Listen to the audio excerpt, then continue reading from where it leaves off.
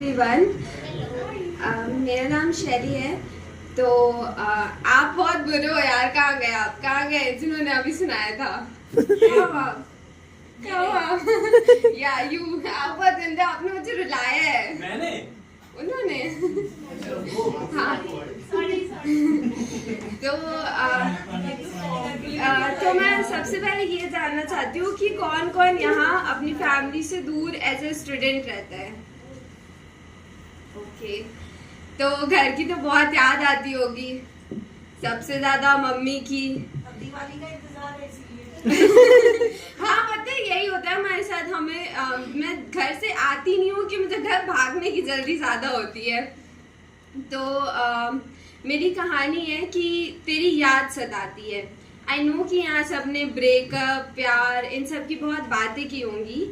मेरे भी लाइफ में है मेरा प्यार, बट सबसे ज़्यादा मैंने हमेशा जिससे प्यार किया है, जिसकी जो मेरे पास एक पल ना हो तो मेरी ऐसे लगता है कि जान चली जाती है।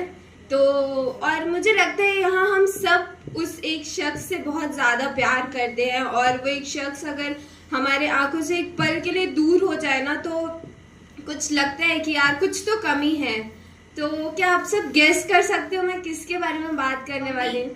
यार राइट, मम्मी।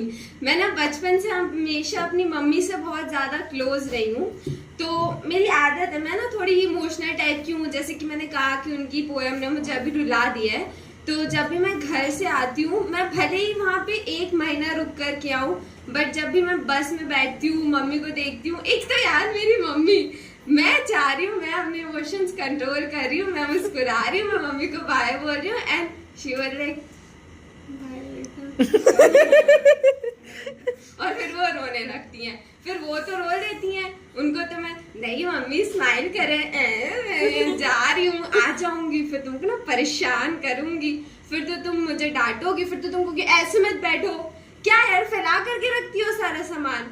लेकिन जैसे जैसे बस बढ़ती जाती है, घर से दूर जाती है, मुझे मम्मी की याद आती है। तो मम्मी, ये तुम्हारे लिए।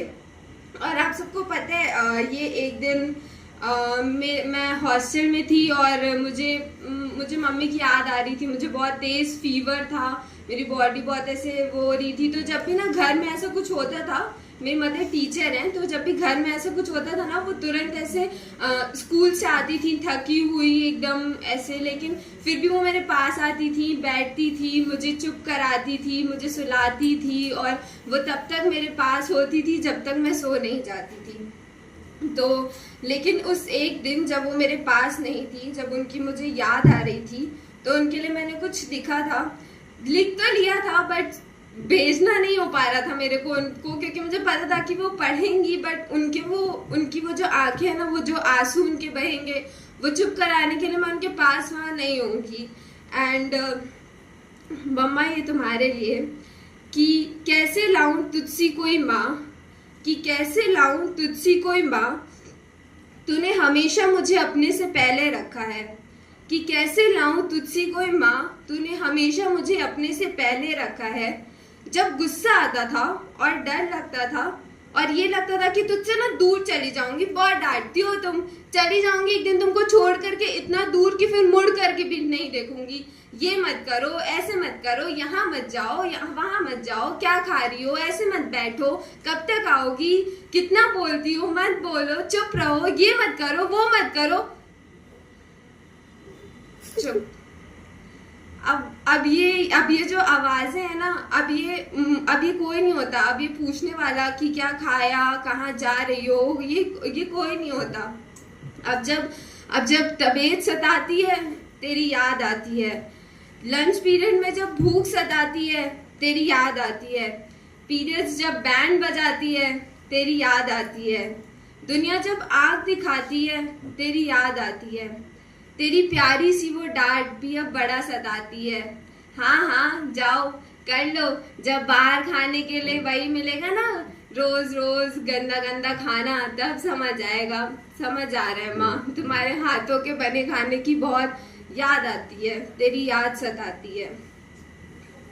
तूने क्यों इतना प्यार किया माँ कि तेरी याद सताती है।